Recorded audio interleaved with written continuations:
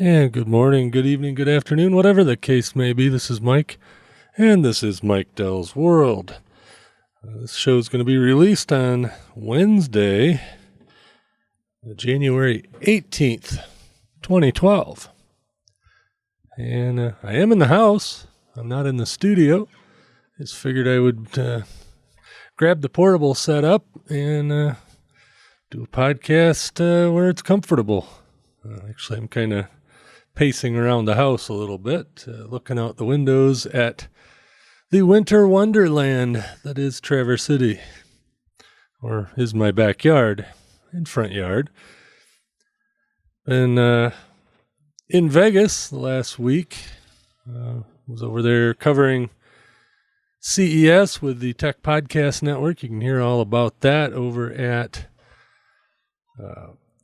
geekofthenorth.com, which I put out a new episode on Tuesday.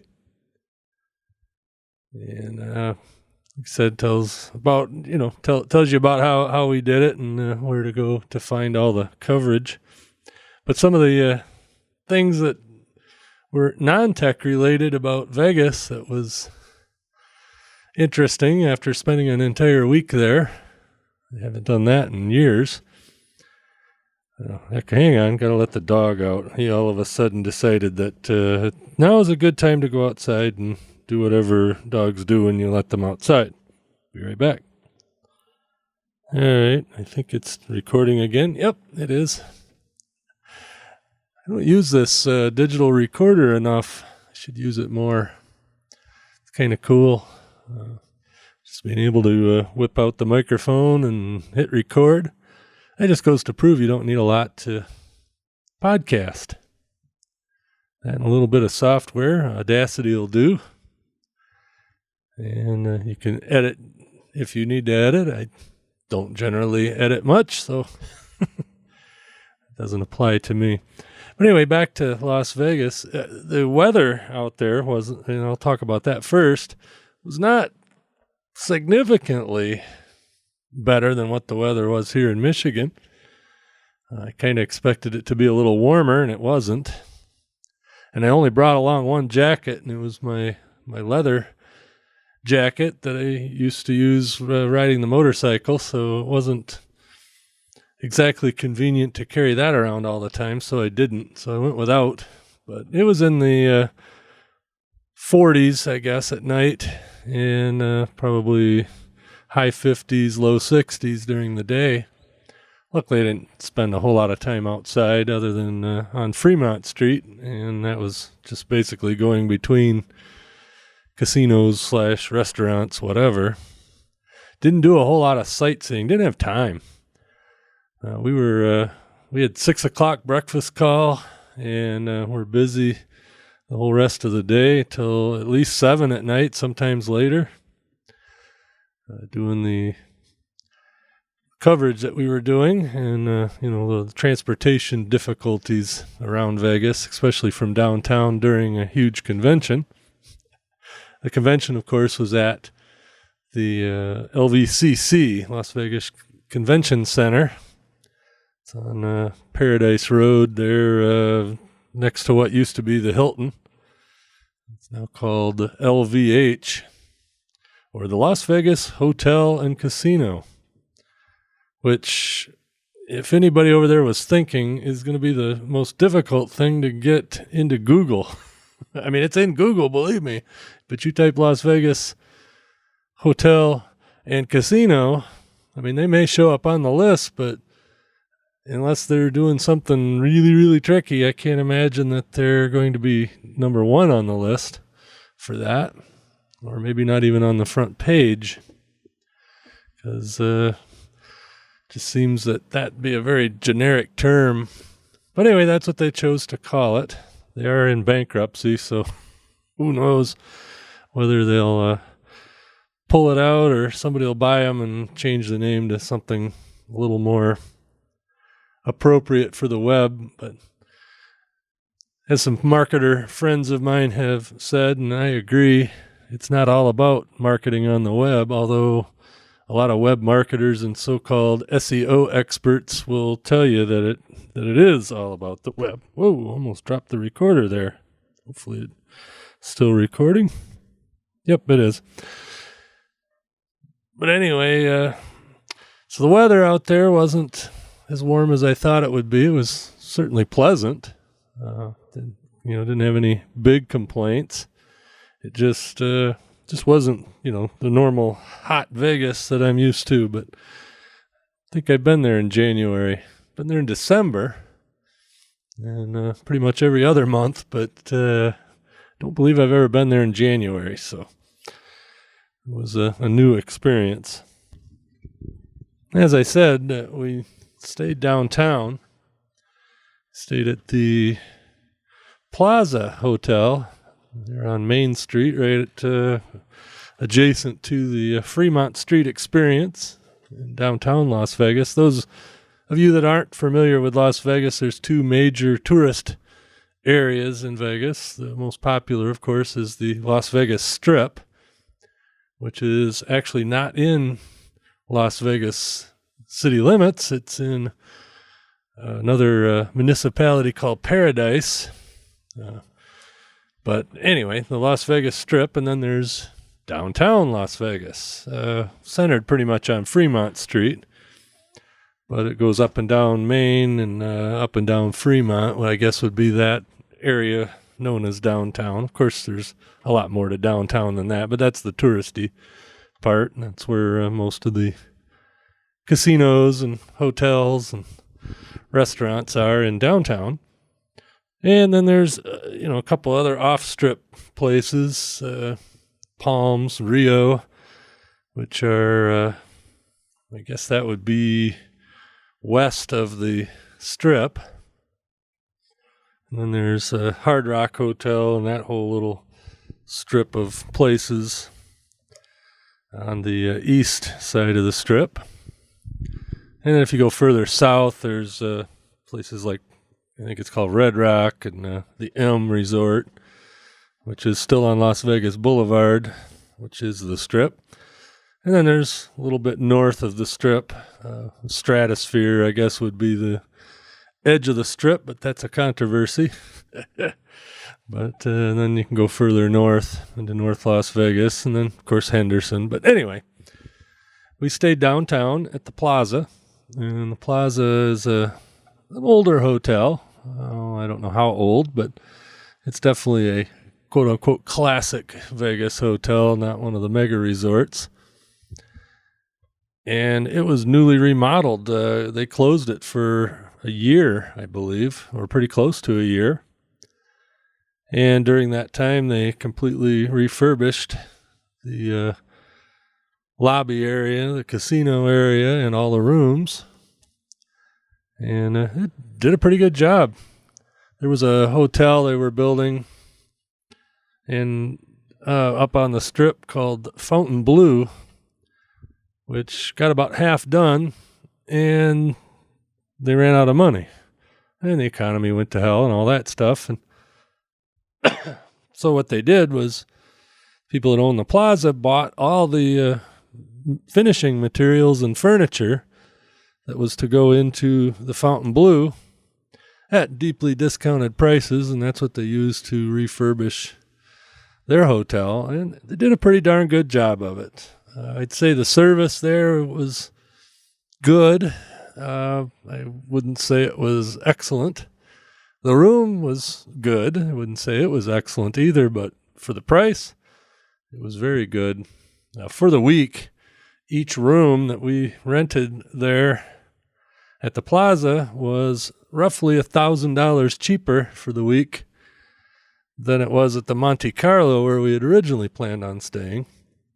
And it was a little more convenient to the convention center. The only thing that I couldn't, or that wouldn't have been as good or wasn't as good was the transportation. Luckily, Todd got a minivan, and one of the other guys in the crew got a Toyota Camry rental car. So most days we had transportation back and forth, but for those days that we had to get a taxi, we had to wait quite a while sometimes at the taxi stand for a taxi to come by, but I guess that wasn't too bad. Let's see, other things we did, or other things I did. There's a place in downtown Las Vegas on Fremont Street that got to be my favorite. Well, there's two places there, but one's my favorite place to go eat junk food.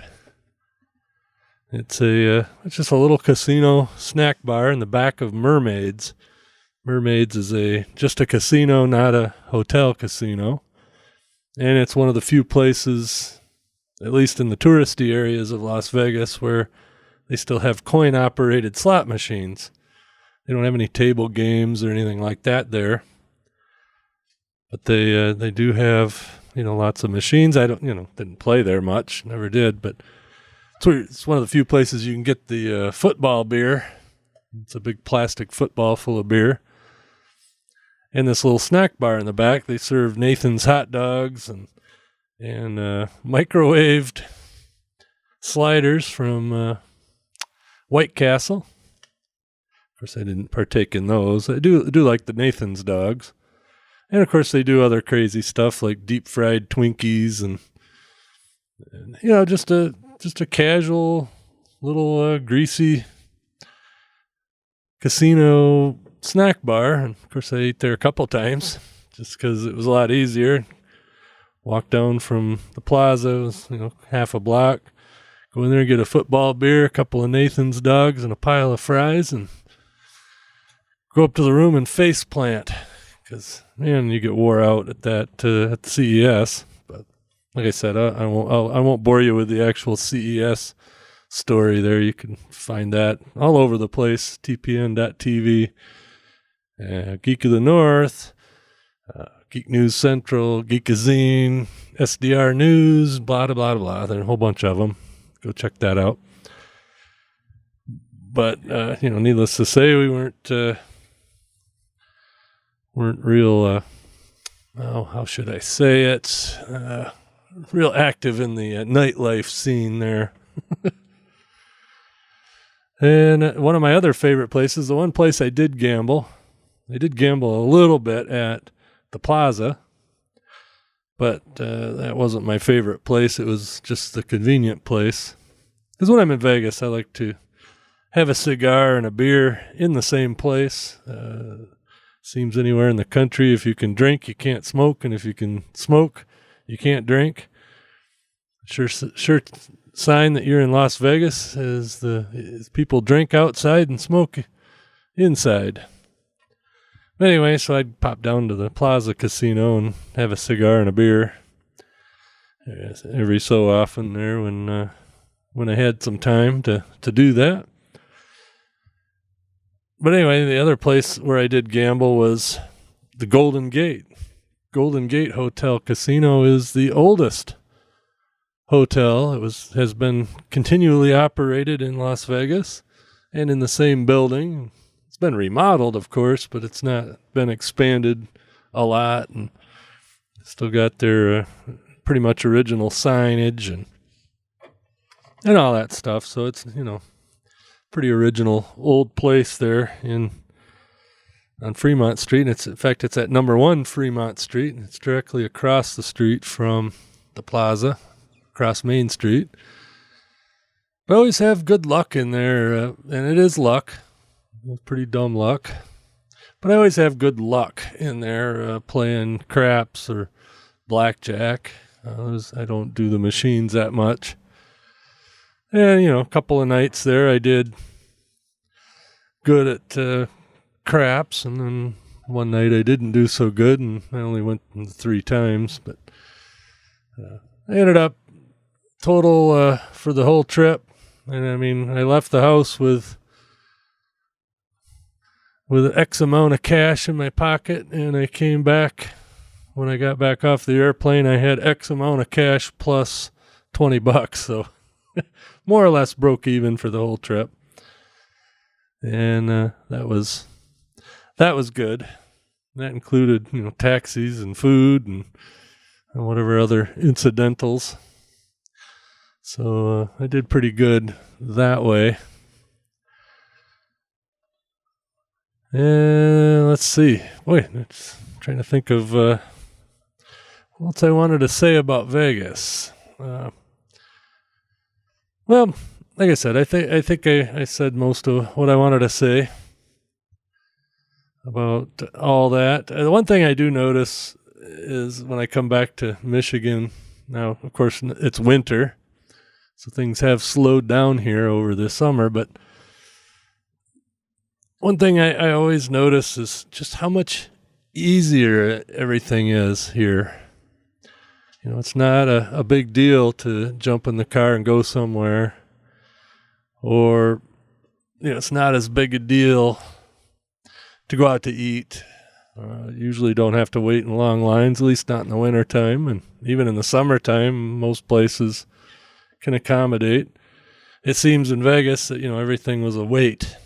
You want to get a taxi, there's 8 people in line and 4 taxis. You want to take a bus, there's 3 busloads of people and only 2 buses show up. Or, just you name it. There's always, some sort of line. And, there's a bit of that here, but I just notice how much easier. It's same thing with like going through the airport. Traverse City Airport is not a huge airport. I mean, there's, I want to say 4 or 6 gates total.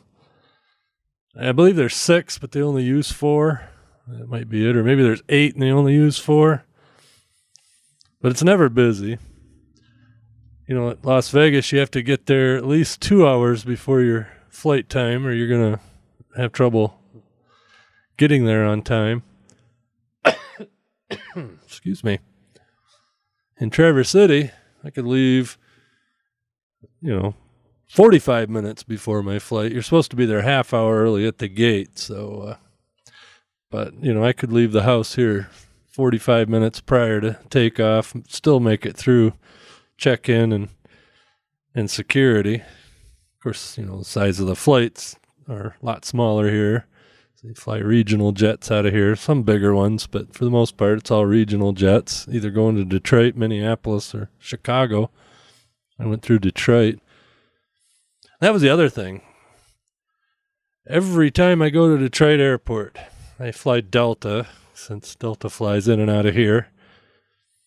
And that's the most convenient to get tickets on. You don't have to go through Chicago. So I usually fly Delta. I flew out of Traverse City, and of course they put you at either the B or the C gates when you come in at the McNamara terminal there in Detroit, the Detroit Wayne County Airport. And then they always have you at the A gate to fly out to Vegas. The A gates, or the A terminal, whatever. So that's probably a half a mile you have to walk just to get to the A terminal. And of course, the hallway dumps you out in the middle. There's 80 some odd gates there. And, that terminal building's probably 3/4 of a mile long.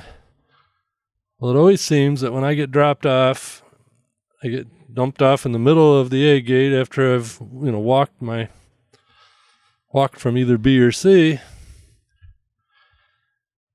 And of course my airplane's at one end or the other. So I have to walk the whole time, or could take the monorail. They got a monorail actually in the airport that runs the whole length of that big long terminal. But I had a lot of time, like 4-hour layover in Detroit on the way out, and hour and a half or so on the way back, so it wasn't too bad, but I had plenty of time, so I just walked it, or rode the people movers. But like I said, I just noticed how much easier things are up north here. Of course, you look out my window today, and we've had probably about 6 inches of snow so far today. And it's the wet, heavy, sloppy, nasty snow, real heavy, thick stuff. The roads are extremely greasy, because it's not too much below freezing or right at freezing. So that makes it more slippery than when it's 15 degrees. Of course, it's a lot more pleasant to be out in it. Even that 10 degrees makes a difference. But I went out today. I had to run a few errands, and of course, I had to scrape all the snow off of the truck windows and warm up the truck, and had to put it in 4-wheel drive. Didn't have to, but it's a whole lot easier to do it that way. But, I'd still take that over being in a busy city. I like visiting Las Vegas. I like visiting big cities, but for a short time. I think a whole week in Vegas was a bit much. But, that's what we had to do. Met a bunch of good people in the Tech Podcast crew. That was a lot of fun to meet all these people in person that I've been interacting with online for years. Of course, I know Todd and Jeffrey and Andy McCaskey and the regulars. I've met them several times and all that. And of course, I work for Todd, so I know him well. But some of the other ones, Steve Lee and Dave Lee from Netcast Studio. That was a pleasure to meet them. I interviewed Steve on my Retro Tech podcast, so I kind of knew him.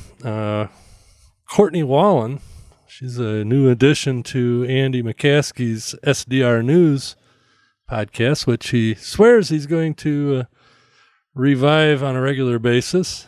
So go check that out, sdrnews.com.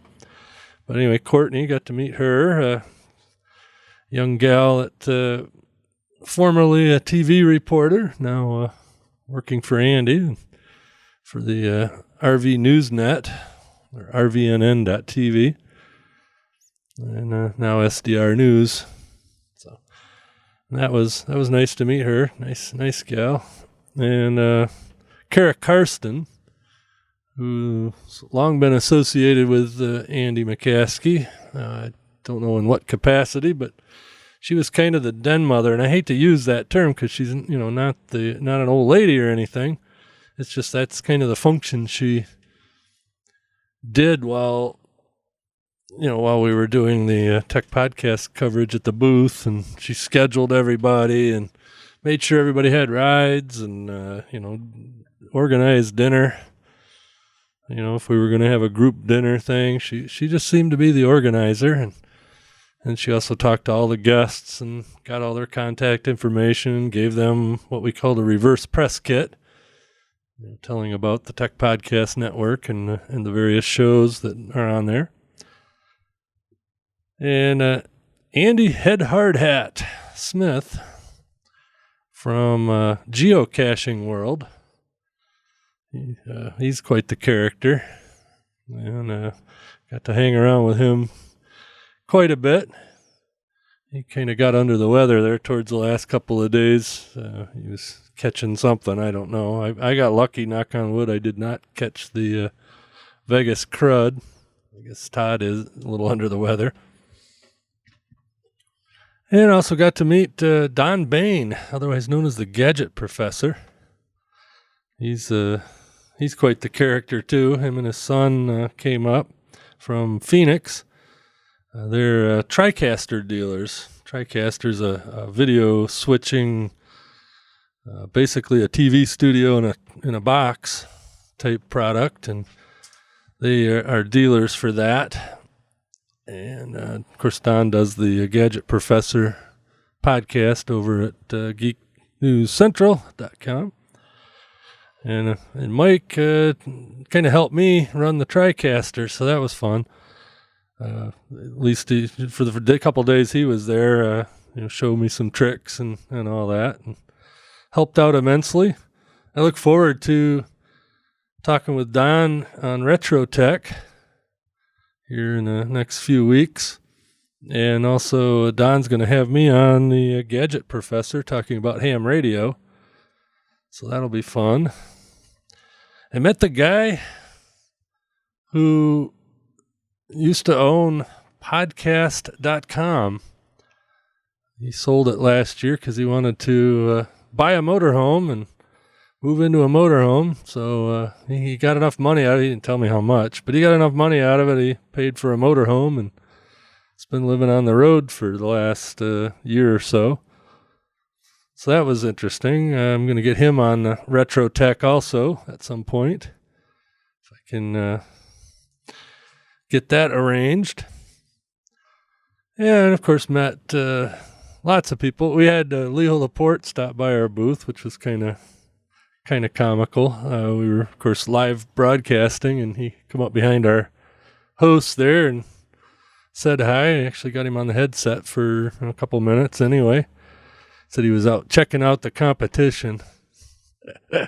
Well, although TWIT and TPN do sort of the same thing, we go about it completely differently. Not that one's better than the other, it's just different. And we're definitely, I don't know, is it so much competition as it is, I don't know. I guess competition's about the only thing you can say, but it's not really, because we're not going after the same audience necessarily, and we're definitely doing it differently. But anyway, that's not for me to say. Like I say, had a great time out there. Flew back, got in about 9 o'clock Saturday night, Michigan time. After leaving Vegas at about 11:30 Vegas time. So that put me in the air and traveling and all that for the whole day. Got home, hung out with the wife for a little bit. We went out to dinner, and I got home and sat in my easy chair and promptly fell asleep. Got up, went to bed, slept 10 more hours. And all day Sunday, just sat around in the easy chair, watched TV, surfed the net with the laptop a little bit, and just generally got caught up. And yesterday was kind of a slow day, but not yesterday. Okay, well, truth be told, this is Tuesday that I'm recording this, but I'm not going to release it till after midnight. So this will come out on Wednesday. But anyway, Monday was kind of a slow day. Didn't really do a whole lot. Got out of the house for a little bit to go check the mail, and that was it. Just generally got caught up on work-related stuff. And today I produced Geek of the North. Got that all up and out. And like I said, I figured I would grab the recorder here and just kind of do a stream of consciousness little podcast here for Mike Dell's World. Don't even remember what number this is. I guess it'd be 189. Something like that. So anyway, I'll be getting back into the groove of things this week. Later this week, I should have a Retro Tech out. I interviewed my friend Keith Farley. That's Jim Farley's brother, who was up here whenever it was we recorded it. It's been a while. And he's back up here now, actually. So I'll be having dinner with him on Friday night. But that should be coming out pretty soon. That has some mostly to do with ham radio, but something like that. And it's over at retrotechpodcast.com. Got some other guests lined up. As I said, I want to get Don Bain, and I can't think of this guy's name right off the top of my head. I don't have his card in my hand, but from podcast.com. And I got a few other people lined up while I was out in Vegas. So hopefully we'll keep that feed going. About every other week is the target, but once a month at the most. I'll have something out on that feed. I think as I said last time I got on here, kind of pared back the number of podcasts I'm doing to focus on quality instead of quantity. So I'm going to do Geek of the North, Retro Tech, and Mike Dell's World. And Mike Dell's World Video, since that's probably going to be a separate podcast, Geek of the North is both video and audio, but they'll be the same, other than one you can see me and one you can't. The one I did today, I did a little different. I had it pointed towards the computer at the desk and the studio setup, and didn't do the green screen. Figured just give it a little different view. I want to change it up a little bit from time to time. Of course, I've only done a couple in front of the green screen, but that'll be the normal. But this wasn't really a normal show today. Like I said, I talked about the coverage that we did, for the CES, but didn't really get into too much other geekery. Next week will be a normal show with normal stories, and if you watch the video, pictures of what I'm talking about. What a novel idea. So, all right, well, I better cut this off. Got a couple of things to do before the wife gets home from work, and need to go out and do a little bit of snow plowing. I was hoping to wait till the snow quit, but if I let it go too much longer, the neighbor who shares the driveway with me won't be able to get his car in and out. I don't need to worry about me and my wife. We've got four-wheel drive, but he doesn't. So I'll be a nice guy and go plow that out. So until next time, I will catch you later, and you can catch me later.